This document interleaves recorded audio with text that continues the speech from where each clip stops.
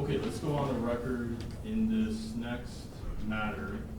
I am Judge Jeremy Kleinfelter. We are appearing today in Fillmore County District Court. Today's date is October 16th, 2025. The time is 13:33 hours. This next matter is entitled State of Minnesota versus Samantha Jo Petersen, Court File 23 CR 2448. It is set for sentencing today. I will note the appearances for the record. The state is represented by Fillmore County Attorney Brett Corson. Ms. Petersen is present personally with her attorney, Carson Hefner. Mr. Hefner, are you prepared to proceed today? I am, Your Honor. Mr. Corson? Yes, Your Honor, we're prepared. Okay.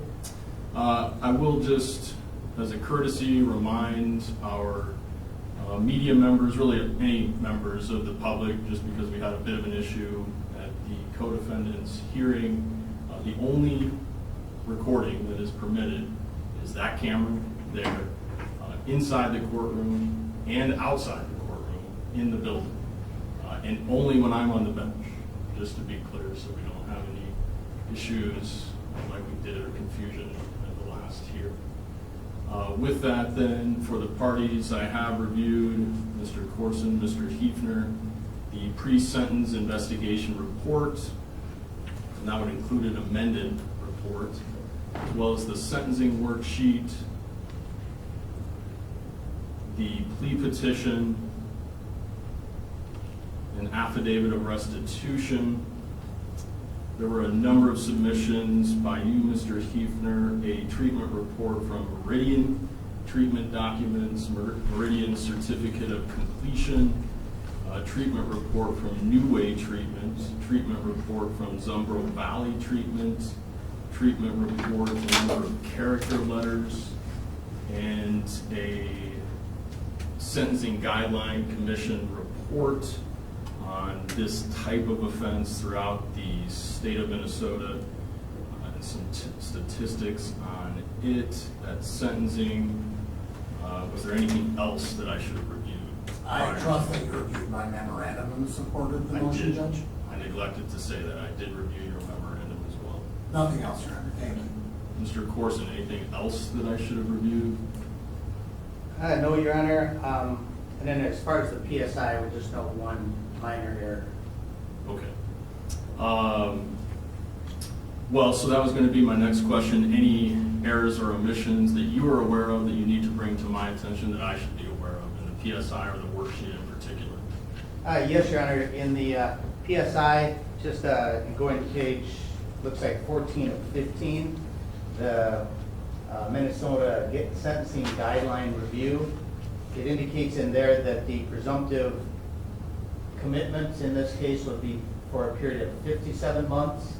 That's under that first paragraph, Minnesota Sentencing Guideline Review.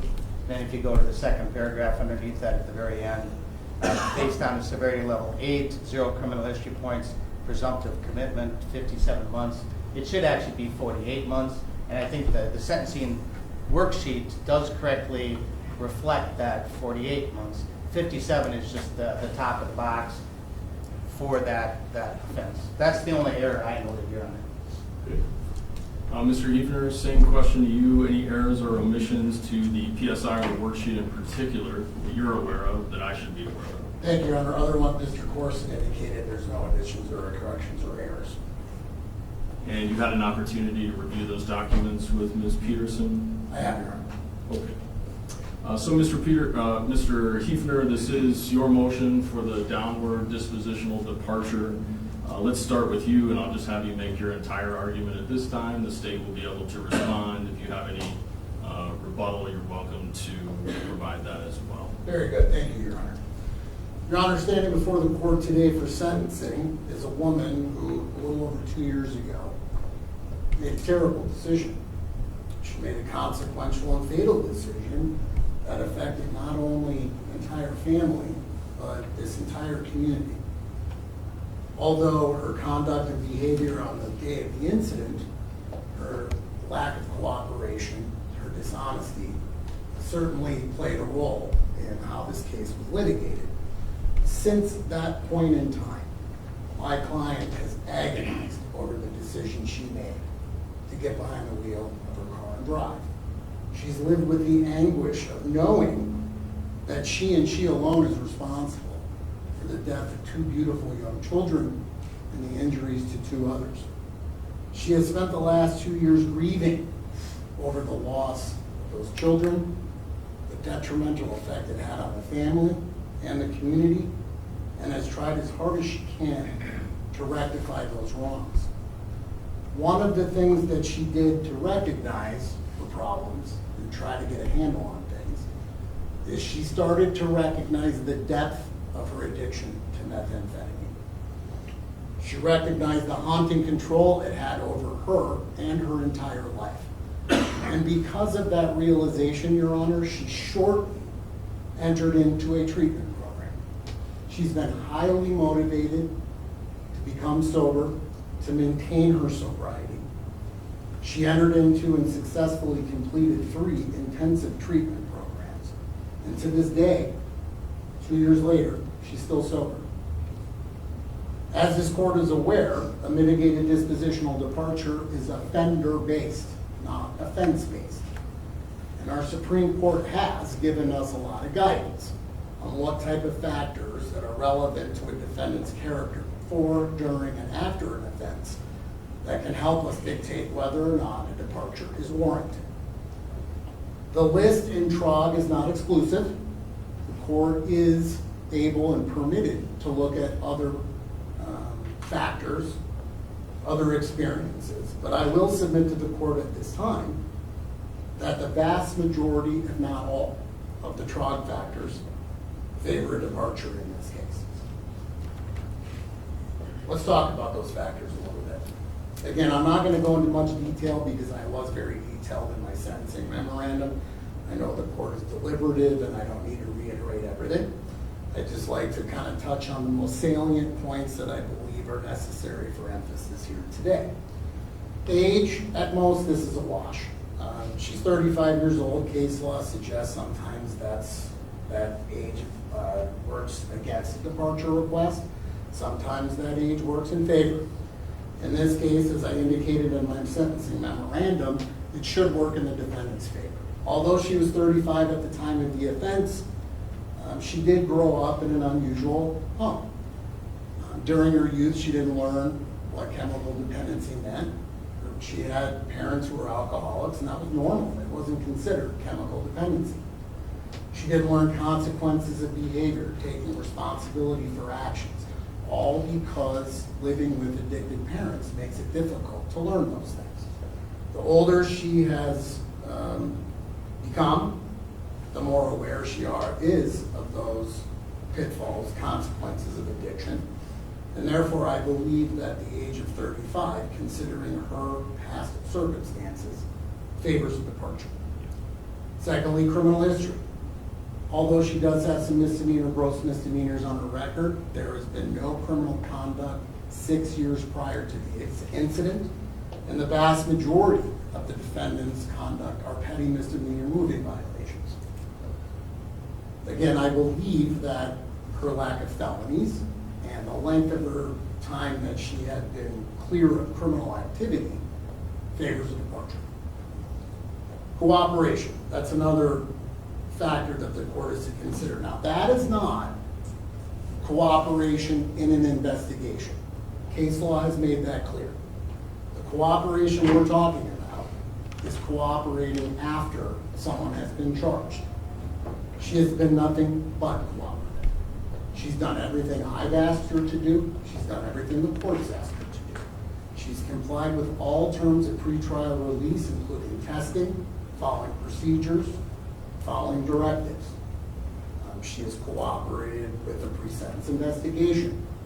There has not been one instance where my client has not cooperated other than the day of the offense. That factor favors departure. In addition, attitude in court, I think it's pretty clear every time she's been here, she's been present, she's been respectful, she's asked questions, she certainly has not appeared to be bothered or felt like she was wasting her time. Her attitude in court also favors a departure. Remorse, that's a big issue.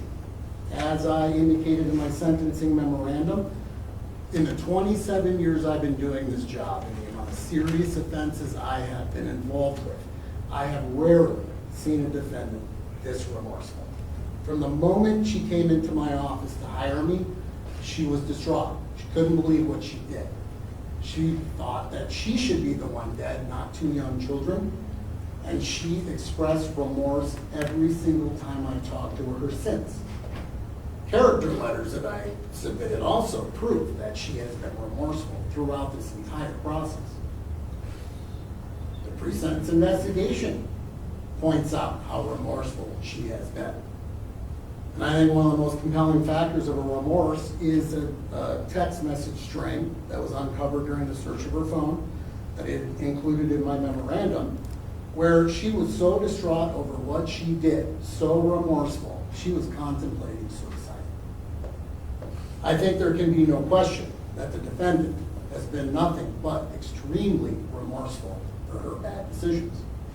That clearly, fact favors the disposition of departure. Finally, support.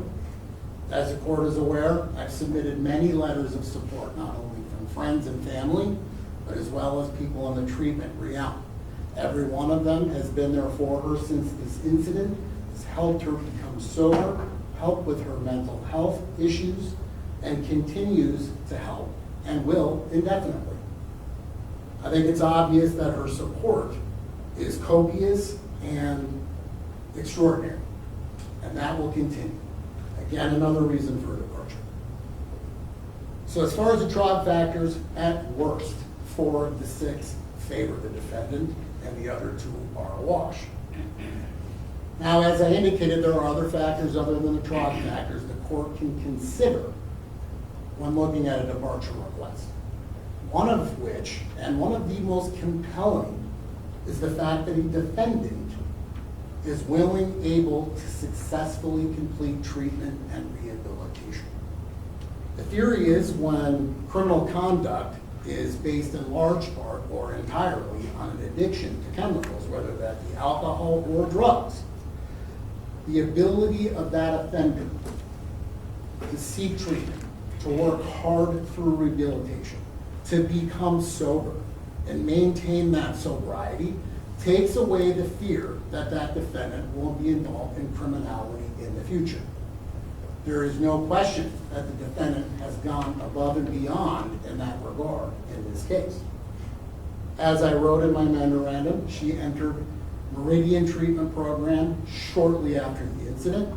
Intensive program, 80 hours of group therapy, some individual therapy, work on her mental health. She started that program with an acute methamphetamine addiction. She ended that program with a moderate risk to reoffend, or not reoffend, but to reuse. And because of that risk, my client recognizes the need for continued treatment and enrolled in New Wing. She worked more on relapse prevention, learning triggers of use, tools to circumvent those triggers, how to work on her PTSD, which she suffered as a result of this incident. And she did quite well. She was successfully discharged. But the work wasn't done. She recognized there were still some issues she needed to work on in order to maintain a lifetime of sobriety. So she entered into Zumbro Valley Health Treatment Program, which was a 10-month program similar to the others. She worked on some of the issues that were lacking, for lack of better word, in the other 2 programs. She satisfied the requirements to get some of those criteria down to the level of 0 that started off at 2 or 3. That proves that she had made tremendous strides. The effort that she put in to become sober, to maintain that sobriety, had been extraordinary. And during that process, as been indicated in some of the treatment letters, she took the step of helping other people in her treatment centers to maintain that sobriety, encouraging them to stay longer than the minimum period of time because of how helpful and successful she did with those programs. So not only did she maintain now for 2 years her sobriety, she's been helping others do the same. And that is part of her willingness and desire to give back to the community. If someone has taken the steps to become sober after an acute methamphetamine addiction and takes that extra step to make sure other people in the community are sober, that does nothing but help society as a whole. So the fact that she successfully completed 3 treatment programs, again, favor a departure. Another factor not delineated by TROG, but which is important for a court to consider, is if a defendant appearing before sentencing has been on probation in the past and how well they did. Although she does have some criminal history, some misdemeanor, gross misdemeanor offenses where she was placed on probation, as far as my search of her record concluded, there was only one minor violation on a 4th degree DWI. All other offenses, she successfully completed probation. She followed rules, directions, procedures, did everything that was asked of her. And now, being sober, she is in a much better position to follow those rules, regulations, and procedures of probation. Finally, Your Honor, it is important to look at a pre-sentence investigation. Even though the pre-sentence investigation did not recommend a departure, it is obvious that the writer took into consideration what amounts to the TROG factors and praised the defendant for her work, her progress, and the things that she has been doing over the last 2 years. Your Honor, in short, the defendant caused an accident due to methamphetamine addiction. She immediately went into treatment, completed 3 intensive programs. 4 of the 6 TROG factors clearly benefit her. The other 2, at worst, are a wash. She's done well on probation in the past, which has all been recognized by the pre-sentence investigation. For those reasons, Your Honor, I believe that the defendant is particularly amenable to probation, and there are substantial and compelling reasons to depart. For those reasons, I do request that the court sentence the defendant to 57 months on count 1, 23 months on the other, consecutive, but stay that time in order that she serve 364 days in the county jail with Huber if eligible. All the other conditions recommended by the PSI, if a departure is granted, should be included. Thank you, Your Honor. Thank you, Mr. Hefner. Mr. Corson, any response? Thank you, Your Honor. Your Honor, the state takes a very different perspective, and in looking at the factors that are set forth in the law that would clearly indicate that the defendant in this case is not amenable to probation, there are no particularized reasons or identifiable or substantial compelling circumstances that would justify the departure. The law, Your Honor, just a kind of quick review on that the district court is required, and I think the law says shall, follow the presumptive guidelines unless there are identifiable, substantial, and compelling circumstances to justify. It doesn't say identifiable or. It says identifiable, substantial, and compelling circumstances to justify that departure. And that's one of the cases that Mr. Hefner cited in his memo, and that's State v. Soto.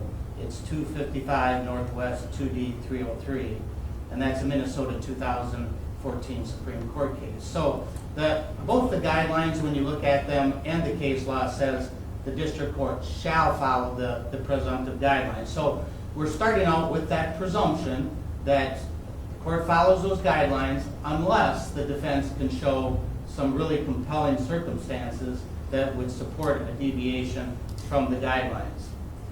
So in order to receive that downward dispositional departure, the defendant must, and then again it uses particular amenability to individualized treatment in a probationary setting. And that's that TROG case. And there's a case law that says there's a reason that particular amenability was used. And by requiring that a defendant be particularly amenable to probation, the court ensures that the defendant's amenability to probation distinguishes this defendant from most others. So it's not to just say, hey, you know what, you're really doing pretty good. That's a good reason, because I like you, other people like you, seems like you could be successful. No, it is much more than that. Particularly means what distinguishes them, and in this case, Ms. Petersen, from most others. And then again, that's the Soto case. So this, it's the state's position, this is not an unusual case where there are such compelling reasons that the court would deviate from the guidelines. In fact, it's actually the opposite. The facts of this case show that there's aggravating circumstances and additional circumstances that show really she should be sentenced at the top of the box, but the plea agreement is that she be sentenced to the presumptive 48 months. And so let's look at the TROG factors. The defendant's age, the defendant's prior record, her remorse, cooperation with the court, attitude, and support from family and friends. And I'd like to dissect those factors just a little more so that we can, with the information that we have in this case, what do we have about her age? So at the time of the offense, 35 years old. And the reason we kind of look at age is like, well, is this a 16, well, an adult, 18-year-old, 22-year-old, we get the argument, brain's not developed, they're spontaneous, they're drinking, they make irrational decisions. Here we have a 35-year-old, she's a mature woman, capable of making good decisions. And so age also comes in to look at, well, what's their history, what's their life experiences. So that's important when we look at the defendant in this case, where she's had prior opportunities for change. So when we go look at the chemical dependency issue, for example, you can see in the reports that you had that she's had 2 prior treatment attempts prior to the tragedy in this case. 2 prior treatment attempts, and not offenses, attempts. And that's referenced in some of the documents that you have, Your Honor. I know there's some privacy issues, but if you look at some of the chemical dependency evaluation reports, and in particular, I guess I would just refer, if I may, the new weight intake, and it's dated January 18, 2024. And it says right in there that there are 2 prior attempts at treatment prior to her coming there. So, and that would be consistent with her history, right? Because we know that her history is she's got 2 prior DUIs, she's got a prior charge for a 5th-degree controlled substance offense, so she's got a number of controlled substance-related offenses, which would make sense that there were those prior attempts at treatment. And that goes into age, but then it goes to also her criminal history. So she's had prior encounters with the law, prior attempts at treatment, she knows the consequences of bad conduct, and in this case, when we look at the reports, it's not like she just used meth that one day when this tragic crash occurred. She was consistently using methamphetamine and other drugs, despite being to treatment twice, and despite having a number of people that wrote these character letters that said, I'm such a great support for her, I'm going to help her through this, I was in treatment with her, I'm this family member. Well, all those people, if they were that close to her, didn't they know that she was using? What efforts were made to stop her from using until somebody got killed in this case? And if those efforts were made by all those people, that goes to the family support factor. Because if you have all these people that were supportive of you, and one person who says, I started this treatment program, so one of the individuals in the character letters talks about how she started after she was in treatment with the defendant, she started her own treatment program. Well, then where were you? And if you were making all these efforts, that tells us that family support really has no value in preventing her from going back to using methamphetamine. We have really no guarantee, and of course we understand that when we work with people that there is no guarantee that people don't go back to their ways. But when we've had those 2 prior attempts and we have those supportive people that tried to change all this beforehand and it didn't work, then we have to be very skeptical about the road ahead. Is this sincere? Is this just a short-term period of success? Or is this a situation where she's going to go right back to using meth when there's no sanction of that jail time or prison time hanging over her head? So that's a lot of things that go into the age. But the point being that this is not someone who's coming to, 18, 20, 21, even 25. She's had a lot of life experiences with both the law, prior treatment, prior use, all those type of things. So then, let's look at the defendant's prior record. And by that, we just have prior criminal record. We don't have a lot of other things to go back and look at. We don't have her educational records or any of that stuff. But what do we know? She had a prior offense, and that's listed court file number 55-CR-07-2354, where she had lied about her identity to law enforcement. And lo and behold, who did she say she was? Sarah Petersen.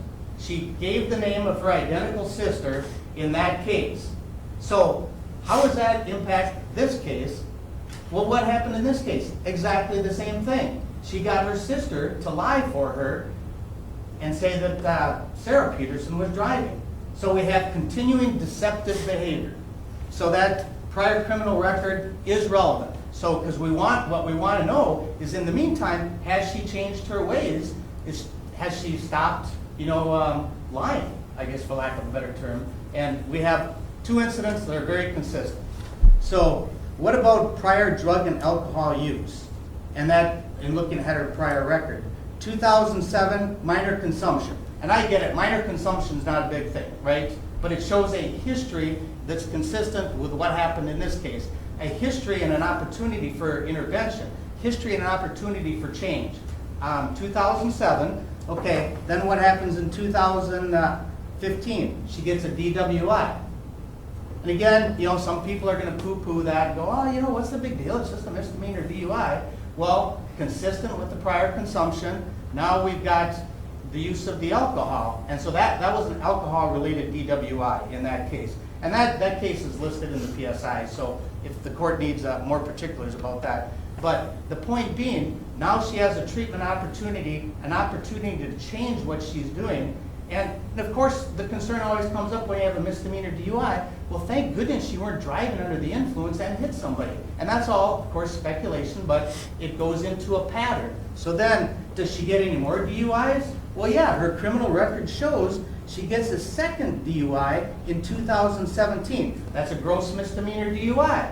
And so as part of this, we know, or at least can surmise, somebody's telling her you need to go to treatment because she has these two prior treatment programs. And so what do we have after that? According to the PSI, 2021, a fifth degree controlled substance offense. And I recognize, I think it gets the benefit of the stay of adjudication, but there's a factual admission, or I think the stay of imposition, I'm not sure what it ends up with. But the point being, let me back up, that second DUI that she has, that's a controlled substance related DUI, according to what's in the PSI. So, consistent with what happened here, why wasn't there a change in her lifestyle? Why didn't probation cure that? Why didn't treatment cure it? Well, that goes to the fact that we have a pretty good idea of 50 to 60%, whatever the percentage is, and somebody even mentions it in the character layers, about rehabilitation and how effective it is and how many relapses occur during the course of a person's lifetime. So, no cure, probation doesn't cure it, treatment doesn't cure it. So then we have the fifth degree controlled substance offense, another drug offense. And so then now in 2023, petty misdemeanor, I get it. It's a possession of drug paraphernalia. And again, that is by itself, it's a petty misdemeanor. But it shows continued use, and the possession of drug paraphernalia would be in a motor vehicle. So, great concern. No changes in her lifestyle. That was 2023, and the fifth degree is 2021. So that's from the date of this crash, when she was using methamphetamine and she killed these kids, a couple of years. So why wasn't that a wake-up call? That's a felony, fifth degree controlled substance. So now, what about her prior driving, prior traffic offenses? Again, you'd say, big deal. Traffic offenses have nothing to do with this case. Well, yes, they do, because this is a motor vehicle related offense. Somebody's behind the wheel of a 2,000-pound vehicle going down the road at 60 miles an hour or more and kills somebody. So what is it? What do we have? We've got the speedings. So there's 2 speedings, but what is of significance is one in 2021, she speeded at 90 miles an hour in a 60-mile-per-hour zone. That's what the PSI indicates. And then, again, driving after revocation, she's got 4 of those. By themselves, you'd say, okay, not a big deal, but when somebody ignores the law, continues to drive, no, they're not supposed to drive them. So what does that tell us about their attitude about the law?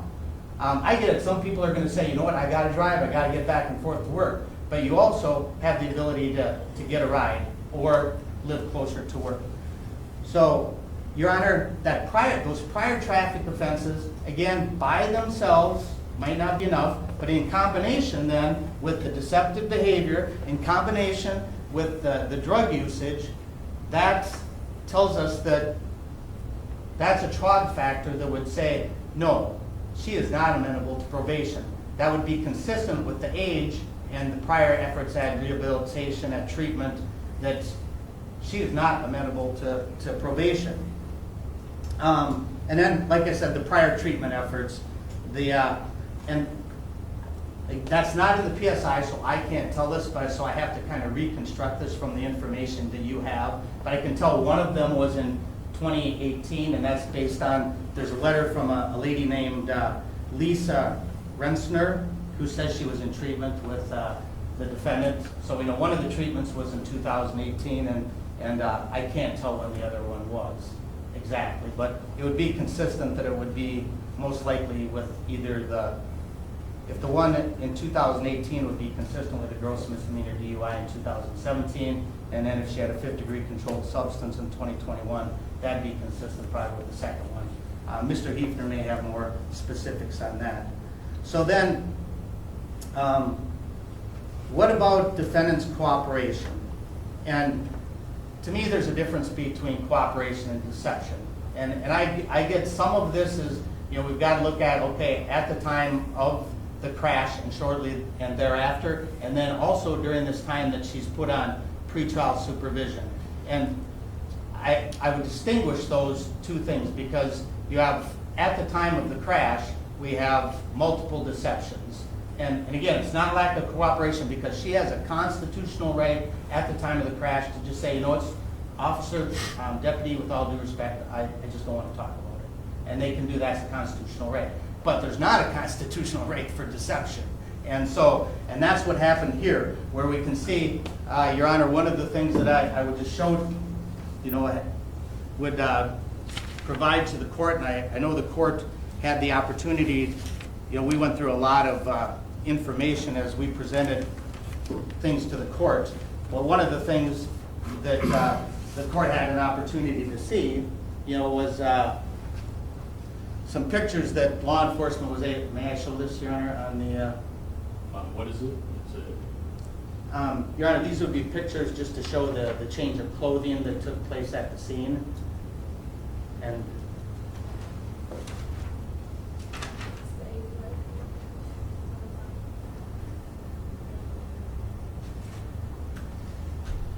so, Your Honor, the point being here in that at the scene, it shows that initially the defendant was dressed in the red shirt, showed very distinguishable, standing by the silver SUV that had crashed into the buggy. And then you can see that shortly thereafter, as her sister arrives, then she changes into clothing so that her and her sister have basically the same colored clothing, dressed in black, and in an effort to deceive law enforcement.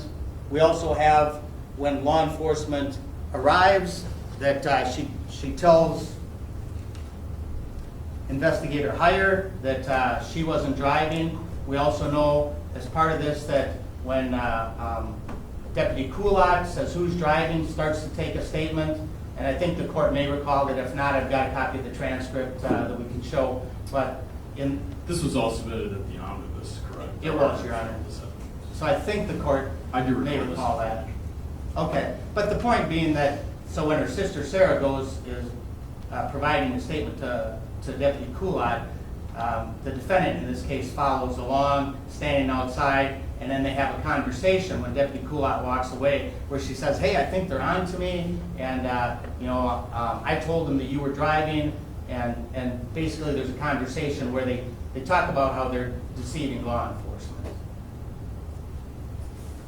And then afterwards, Your Honor, then we have the situation where law enforcement realizes that Sarah wasn't driving, Sarah Petersen was not driving, and approximately a day later, 36 hours later, they go to the apartment, and the defendant is there and allows, again, her sister to represent to law enforcement that she's driving, and then she gets arrested at that point.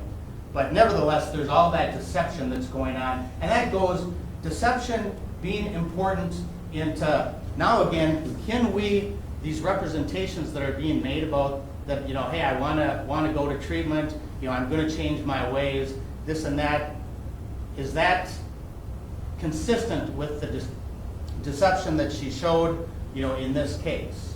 And is she trustworthy or honest based on that history? And then, when you take that into account with her criminal record and those multiple things, again, is she amenable? Can we believe that she really wants to change? Or is she just doing this because she was on pretrial probation and wants to avoid going to prison? But then, now at some point she is placed on pretrial supervision, and is that a compelled cooperation or not? And I would distinguish that between, there's counties where, the individual is just on their own. There is no such thing as pretrial supervision. Here, there was pretrial supervision. She was being checked on. I mean, good for her. She didn't get into any more trouble. But she also knows that this is a compelled cooperation.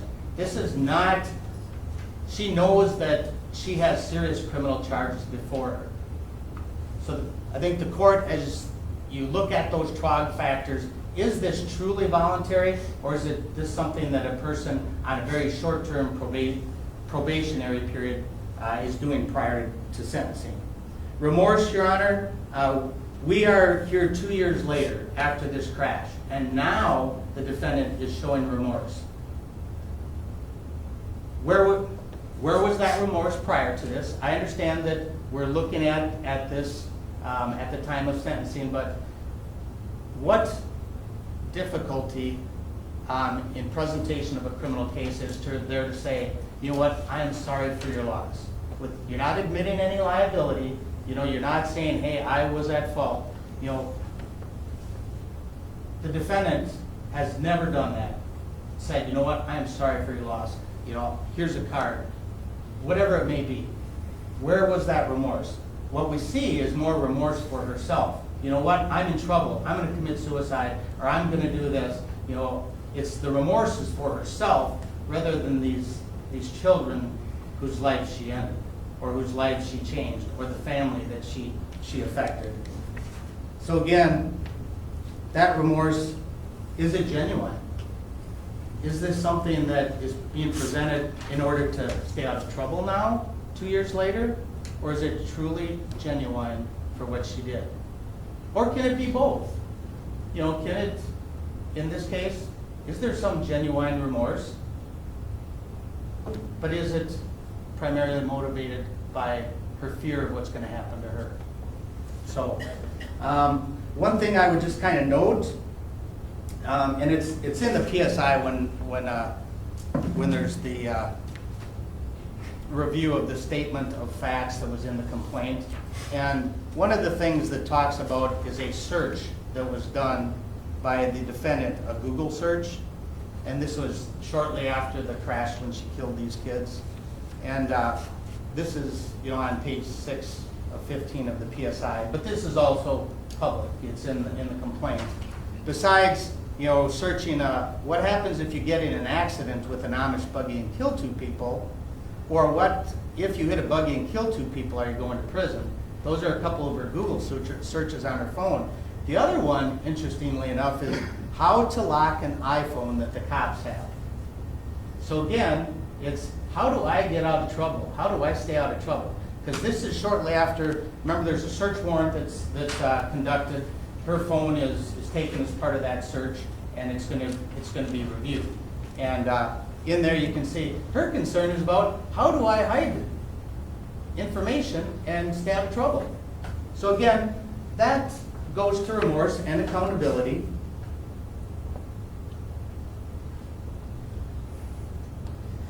One of the other things is attitude. I'm not sure how helpful attitude is, to be honest with you.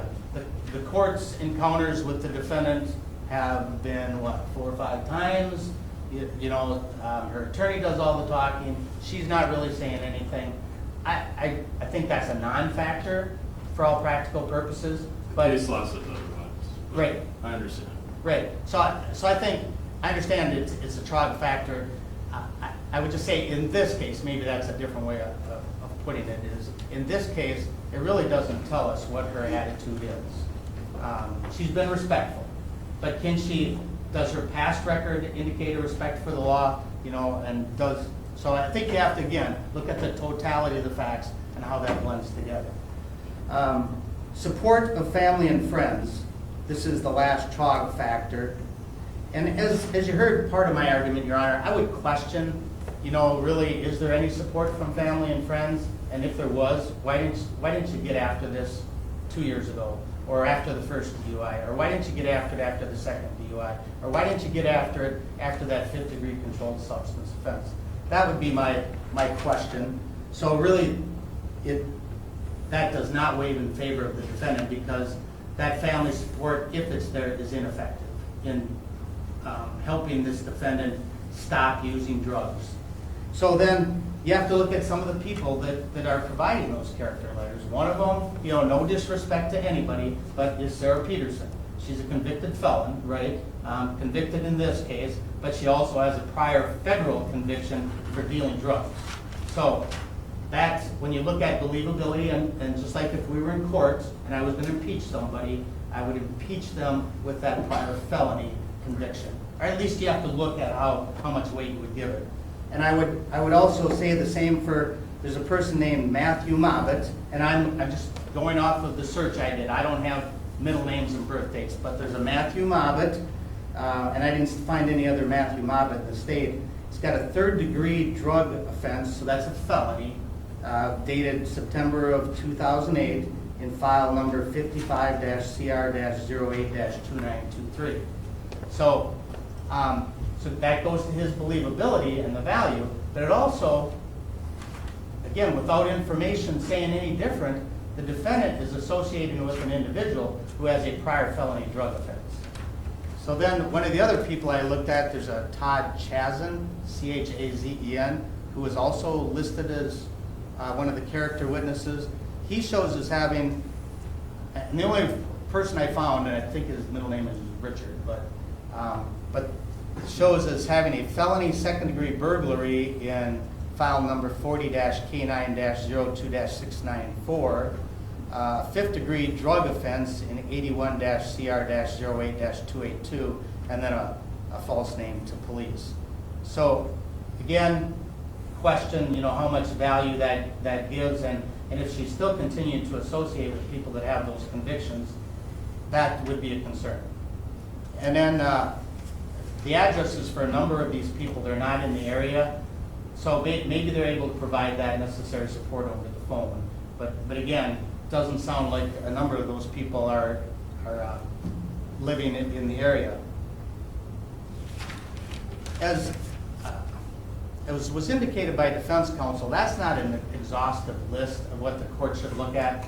The court still needs to look at what's the severity of what occurred here, the nature of the offense, and then the factors surrounding it. And you've heard a lot about that, that we've got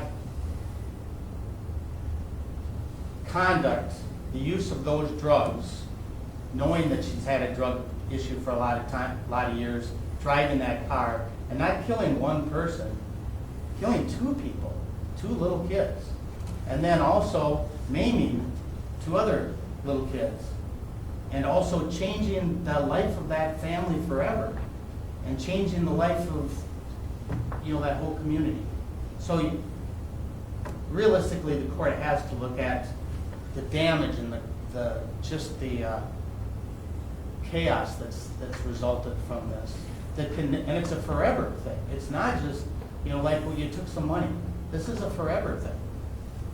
And when we talk about consequences, that goes to, we're not asking that she go to prison forever when this is ultimately done. This is a 48-month sentence. And when we think about just the general principles in our system, is that we have these concepts of taking accountability, forgiveness, rehabilitation, and punishment. And just because a person is punished and takes their licking or whatever they need because of the accountability, the punishment that our society demands, doesn't mean that they, at the same time, can't be rehabilitated. Doesn't mean at the same time she goes to prison and that she really takes and just learns that she's not going to use drugs ever again. So they're not something that just because a person gets punished, that you're not going to still change your ways. So, and the idea that if she goes to prison, that like, well, then she's just going to start using drugs again, and you just threw everything away. That is not consistent with, it's just not rational. So the seriousness of the offense, and and then that goes with the things we talked about, the harm, the deception, the ripple effect, all those things. The court should look at the prior efforts at treatment that have not been successful. And I would distinguish one other thing that was in the defendant's memo. If you look at, there's a reference to the sentencing guidelines of, look, Judge, man, there's like 49.2% of these cases where there's been a dispositional departure. That is, again, the view from 1,000 feet. When you go in and look at it, I would just challenge you to look at that, Judge. I just tried to dissect it a little more. When the prosecutor objected, only 20% of those dispositional departures would have been granted. So it's a little confusing when you look at it. So 15 out of 146 cases was where there would be a dispositional departure when the prosecutor objected. That's 10% of all cases where there's a dispositional departure if the prosecutor objects. And then it says in 18% of those dispositional departures, all the parties agreed to the departure. And that's very different. We're not agreeing. The parties are not agreeing to this. But we've had cases, I have, where the family will come in and go, you know what? This is a family member. The victim's family is also the defendant's family. So they'll come in and they'll go, we don't want them to go to prison, Judge. We just want them to change. And they'll all come in. And that you'll get that dispositional departure oftentimes. Or another one is court services recommends the departure. But, and then you look at things, remorse, this and that. Those are not present in this case. Your Honor, I would say that review of the statistics actually favors the position that the court should follow, in this case, the presumptive sentence. So I won't go into a lot more, Your Honor, but based on the Trog factors, based on all the additional information that the court should look at, besides just those Trog factors, it's the state's position that the presumptive sentence is what should be applied in this case. There is no particular amenability of this defendant. I get it, in the short term, she's done pretty good for the last year and a half while she's been on pretrial release. But the concern is sustained, the ability to sustain that. It may be good for the defendant not to go to prison, but it's not good for society. And in this case, Your Honor, we would ask that you not grant the dispositional departure. Thank you, Your Honor. Thank you, Mr. Corson. Did you have a victim impact statement? We do, Your Honor, and I guess I was just focusing on the issue of the dispositional departure. I want the entire argument at this point. Okay. So if you want to present that victim impact statement, let's do that at this time. And I'll just ask the recorder to stop. Yes, Your Honor. And then just one question. Would you prefer that it be made here from, or would you prefer That's fine, as long as come forward? we just want to make sure that the court reporter can hear. I have that very loud voice, Your Honor, I'm sure very clearly. Certainly. I do have two statements for you from the parents of the victims in this case. The first statement is from Mrs. Sarah Miller, who could not be here with us today, Your Honor. Your Honor, I just do have one request. Is Yes. that we were hoping to allow this information being provided from the victim's family to just post a picture, a spark of life picture of the victims in this case. Case law's pretty clear, they can do that, so I don't have to. I agree, and the court is obviously not a jury. Yep. That would be fine. Thank you, Your Honor.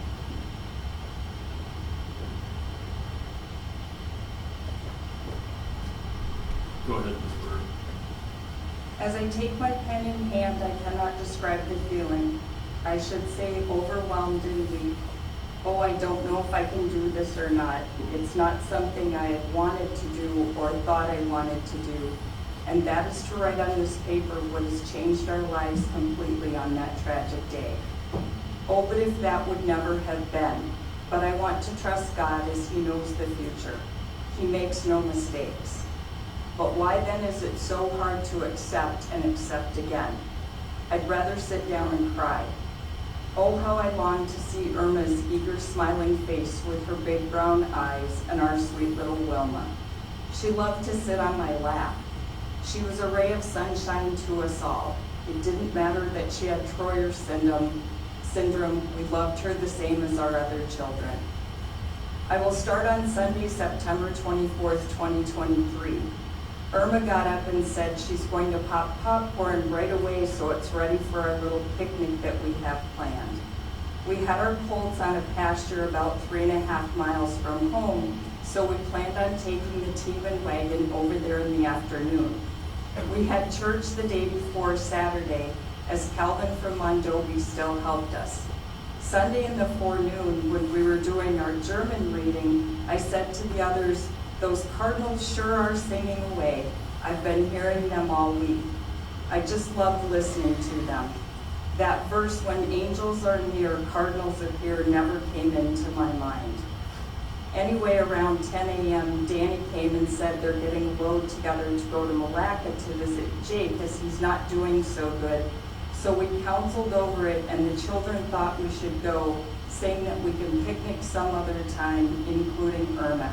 So that's what we did. We did find Jake in good spirits and very weak. A person pitied him so. And you knew then and there that we were not thankful enough for our help. He died a month later. When we came home at 9:30 p.m. that evening, I had told the children to be in bed when we got home. But as we drove into the lane, they had a light upstairs that quickly snapped out. When we came in the house, Menno said, "Children, silence." And Menno again replied, "You're not sleeping." Little Wilma started giggling, and that caused everybody to laugh, and down the stairs they came. We sat in the living room, and they had lots of questions. How is Jake doing? And then we talked about different things. I was sitting on the couch in the corner, and Levi snuggled up to me. And Wilma came over and would have loved to sit beside me, but she also knew she couldn't crowd Levi away, so she sat beside him. After a while, Menno said, "Levi, come to me."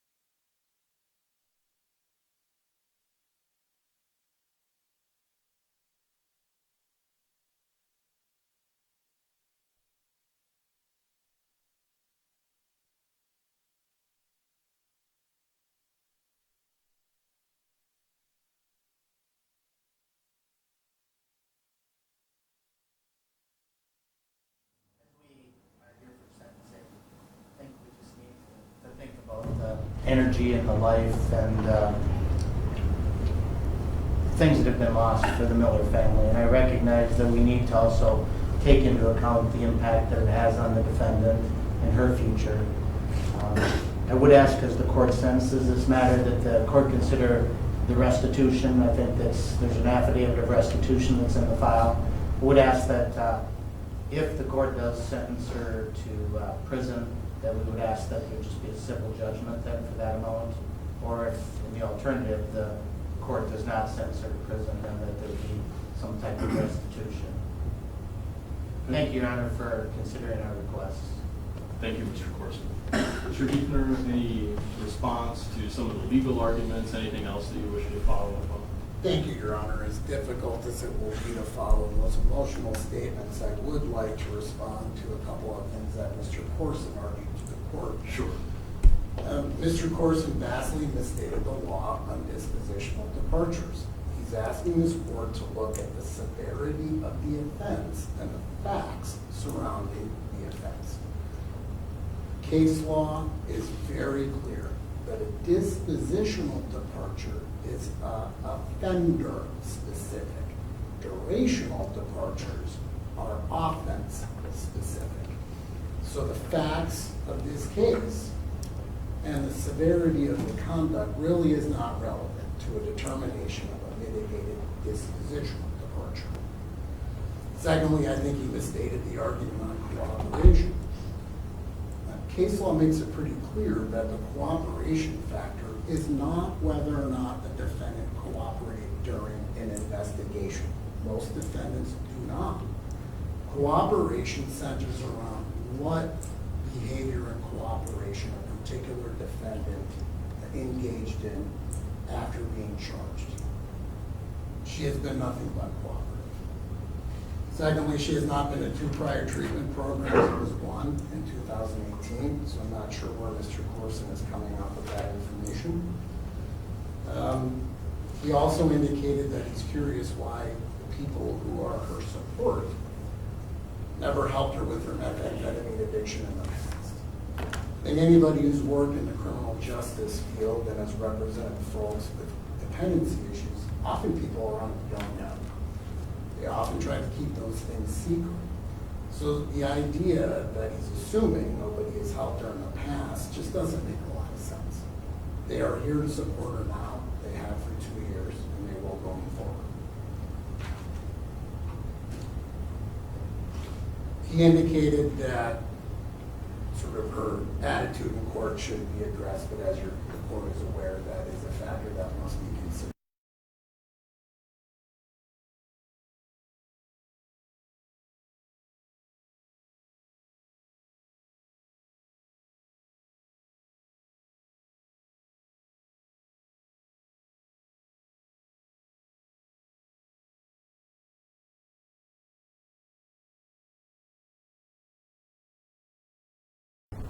So as much as she wanted to apologize, it was at the direction of counsel that she didn't. I reiterate all the arguments I made before, Your Honor. The factors favor a departure, and we ask that the court grant that motion. Thank you. Ms. Petersen, anything that you wish to say? You don't have to say anything, but you always have the right to address the court if you wish to do so, and you're welcome to remain seated. Yes, Your Honor, I will. I want to begin by saying how deeply sorry I am to Sarah, Mena, and the entire Miller family. I stand before you today to take full accountability and acknowledge that I should have never been driving on the morning of September 25th, 2023. The loss of Irma and Wilma and the harm that I've caused to Alan and Rosanna are entirely my fault. No words or apologies can bring back Irma and Wilma. But I need you to know how truly, deeply sorry I am. My actions caused the Miller family a pain that no parents or family should ever have to experience. The guilt and shame I live with every day are nothing compared to the loss that they've endured. I know I have caused an unthinkable void in their lives. I cannot imagine the grief that they carry each day. But I recognize the depth of the harm that I've done, I think about it every single day, and I know I will carry that weight for the rest of my life. There's no excuses for my action that morning. Every day I wish I could go back and make a different choice. My addiction took a lot from me, but it took your world from you, and for that, I will never be able to forgive myself. Every day, I wish it would have been me instead of them. I know forgiving myself may never happen, but I am working towards healthier ways to cope, staying committed to my sobriety, and dedicating my life to honoring the memory of those I took from this world so that nothing like this ever happens again. I also want to sincerely apologize to law enforcement and to the court for my dishonesty following the accident. In my fear and shame, I made terrible decisions to deceive the police and the justice system. I know that my actions disrespected the officers who are simply doing their jobs and the court that seeks truth and justice. I am deeply sorry for that.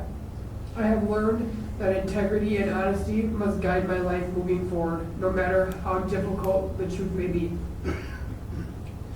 The guilt and sorrow I feel are constant reminders of the devastation I caused. I wish with everything in me that I could go back and change what happened, but I know I cannot. Since that day, I have chosen to get clean and sober. I have been fully committed to my recovery and actively participating in therapy to address the issues that led me down this path. These changes cannot undo what happened, but they are steps to ensure that I never cause harm again. I know that no words can undo the harm I caused or bring peace to the family that has suffered such an irreplaceable loss. All I can do is admit my wrongs and continue to work every day to live differently and accept the consequences for my actions. Your Honor, I humbly ask for mercy in sentencing, not to avoid accountability, but to allow me the opportunity to continue the work I've started in my recovery and to someday make amends in any way possible. I am committed to honoring the memory of Irma and Wilma in every way that is honest, sober, and responsible. Thank you. Thank you, Ms. Petersen.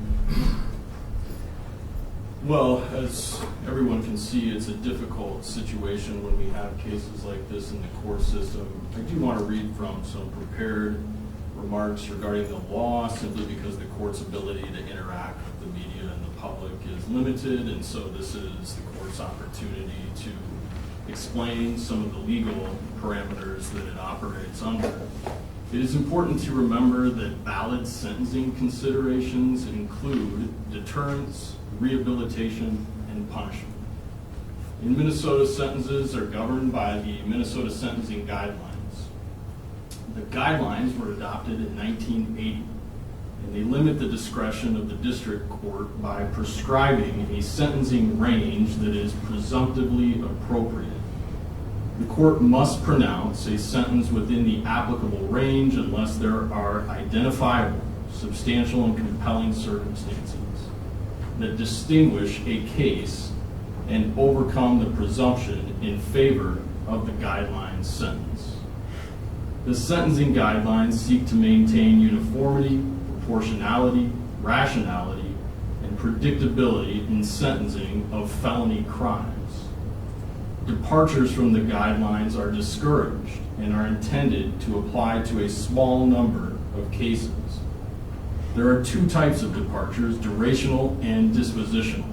A durational departure is a sentence that departs in length from the presumptive guidelines range. A durational departure must be based on factors that reflect the seriousness of the offense, not the characteristics of the offender. A downward durational departure is justified only if the defendant's conduct was significantly less serious than that typically involved in the commission of the offense. In contrast, a dispositional departure places the offender in a different setting than that called for by the presumptive guidelines sentence.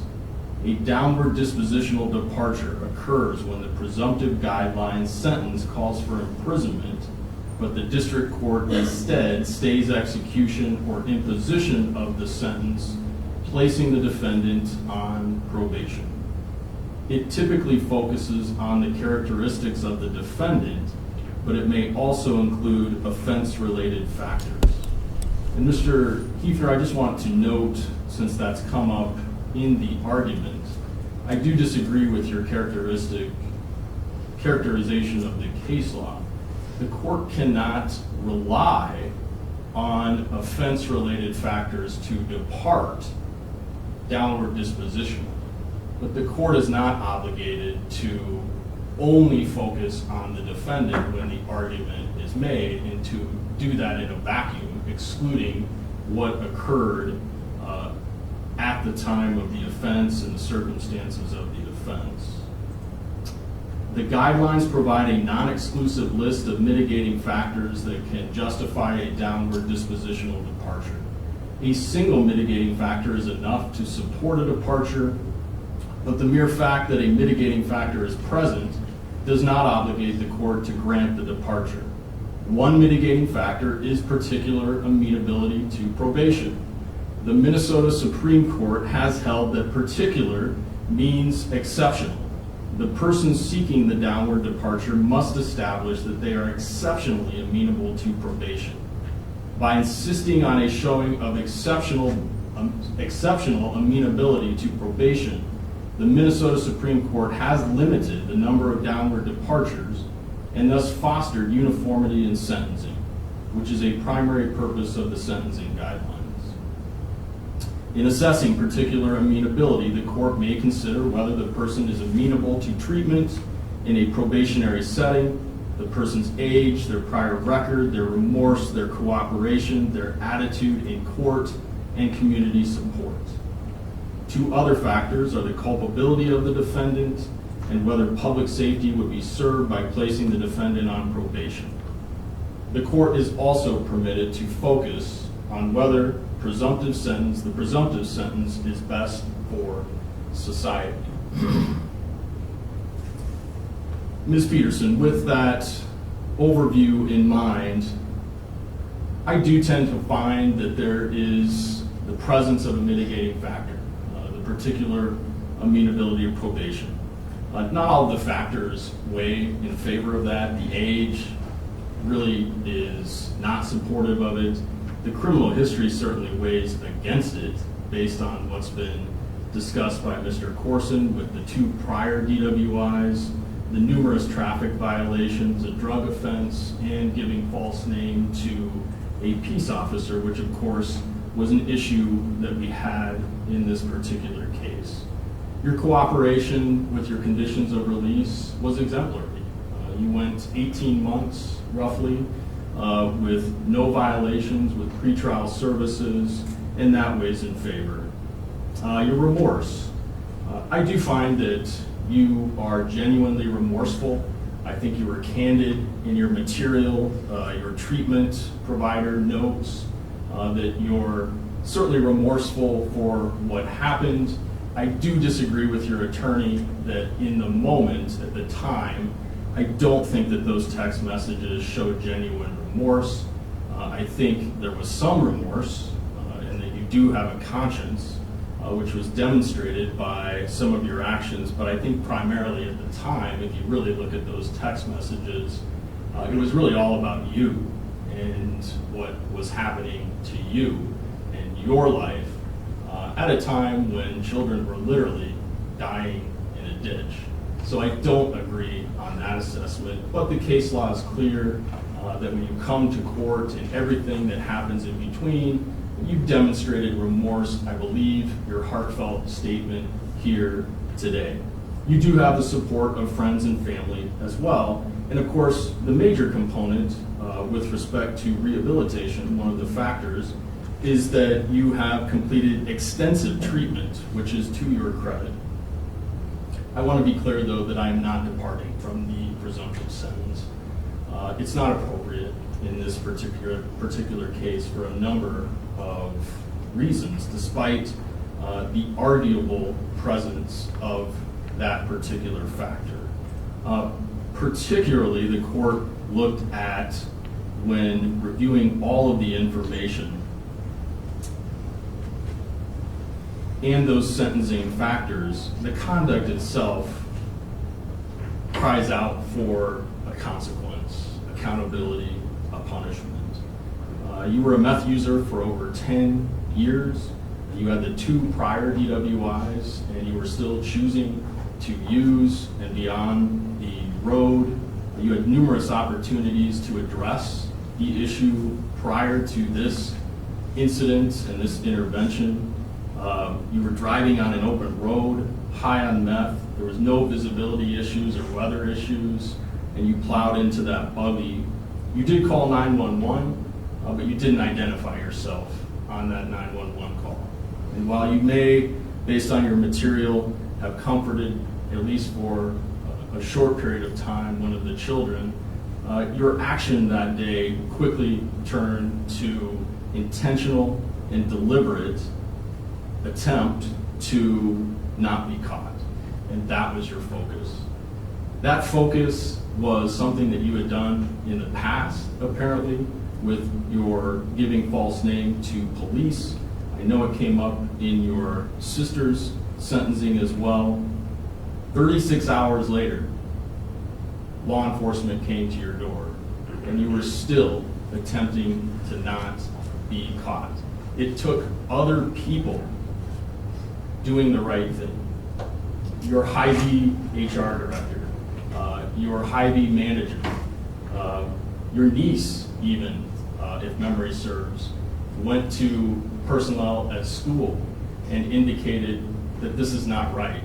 I'm scared because they've switched and my mom may go to prison. Other people knew the difference, even children, between right and wrong, and you were still focused on not getting caught. As indicated today, we cannot undo that 2 children are gone, and that was entirely caused by you. There are some basic principles at play here when the court looks at what is best for society from a deterrent standpoint, from a punishment standpoint. Actions have consequences. That is something that many people learn at a young age, and this is something that needs to be learned here and that message sent to society. Human life matters, and criminal conduct that takes human life should be punished. Accountability matters, and people who commit crimes and deliberately try not to get caught and discourage law enforcement from doing its job deliberately, that has to be discouraged from a public safety and a societal standpoint.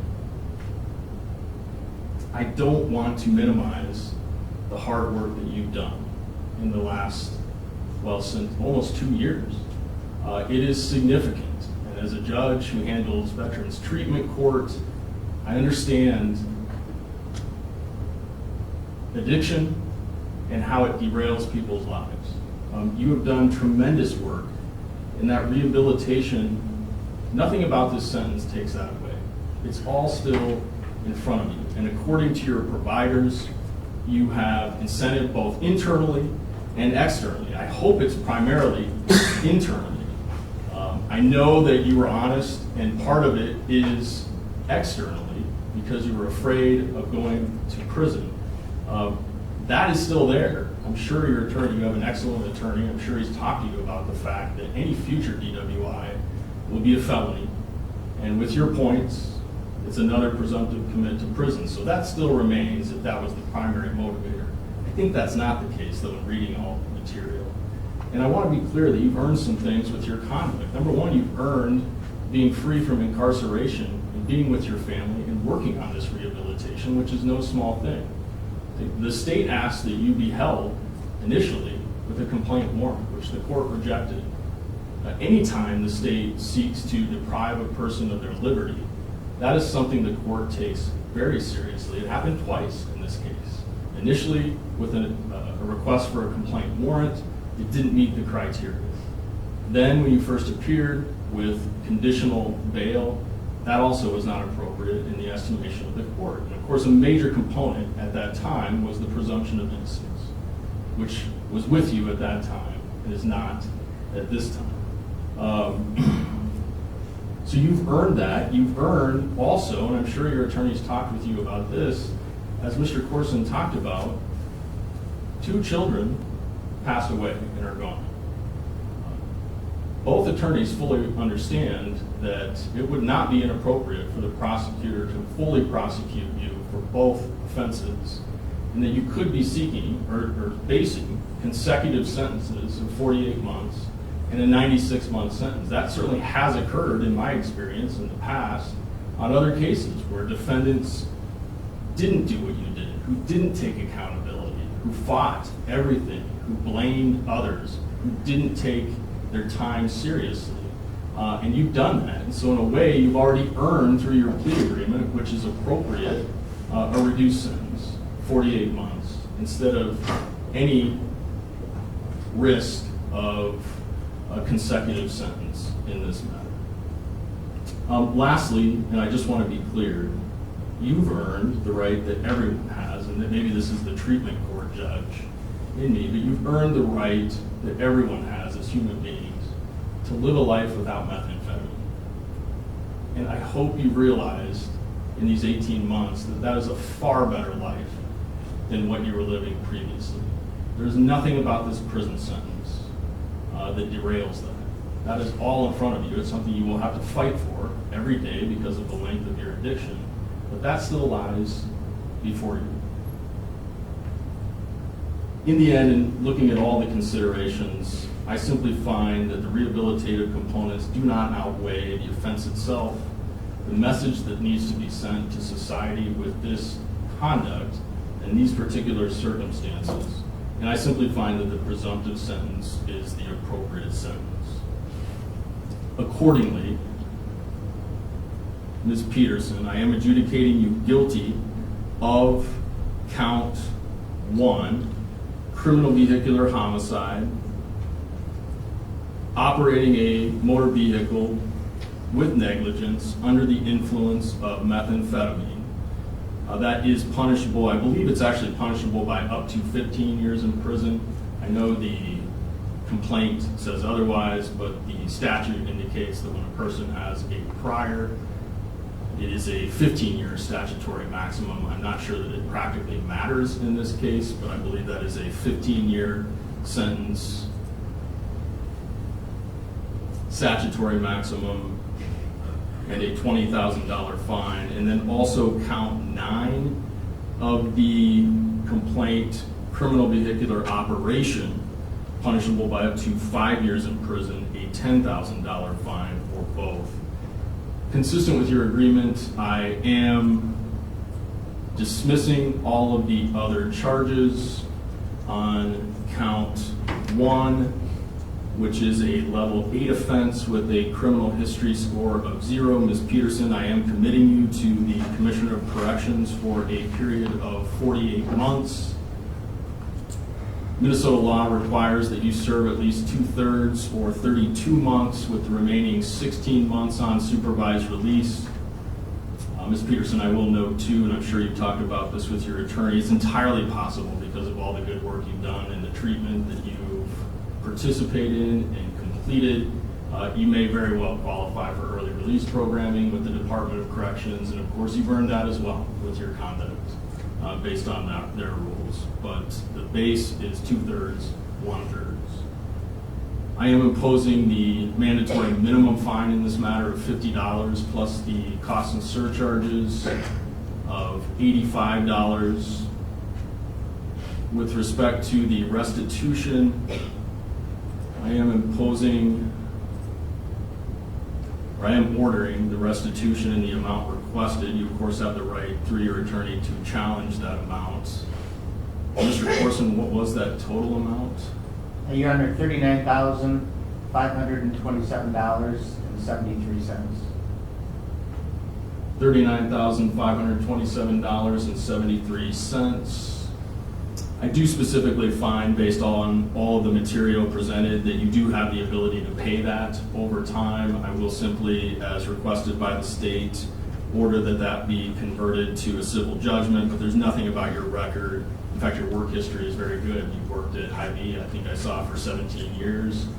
You certainly have the ability to continue to work going forward and pay towards that restitution, subject to any lawful challenge that you may file subsequently with your attorney. I believe you have no jail credit for this file, based on what we talked about earlier. I am ordering that you cooperate with a DNA sample as required by your caseworker. This will be a concurrent sentence to your other sentence. We talked about what that could be under different circumstances. This is not a departure from the sentencing guidelines. I don't believe you posted any bail or bond on the file. With respect to count 9, which is a level 5 offense, and that is a criminal history score of 1 using the Hernandez method of sentencing, using the points from the prior conviction. I am sentencing in the order that your plea agreement called for as well. That is a commit to the Commissioner of Corrections for a period of 23 months. Again, you'll serve the 2/3 and the 1/3 of that sentence. The other sentence will be the controlling sentence, of course. On that matter, I will simply impose the mandatory minimum $50 fine. The restitution will be the same. The jail credit is the same. All of the other conditions are the same. It's a concurrent sentence to the other file, which is the controlling file. And Ms. Petersen, I am advising you that you do have the right to appeal the court's sentencing today. You can work with Mr. Hefner and/or make application with the state appellate public defender to assist you in perfecting that appeal if you wish to do so. You have that right. Mr. Corson, did I omit or miss anything for the record? No, Your Honor, I believe you covered everything. Thank you. Mr. Hefner? No, thank you, Your Honor. Okay. Ms. Petersen, good luck.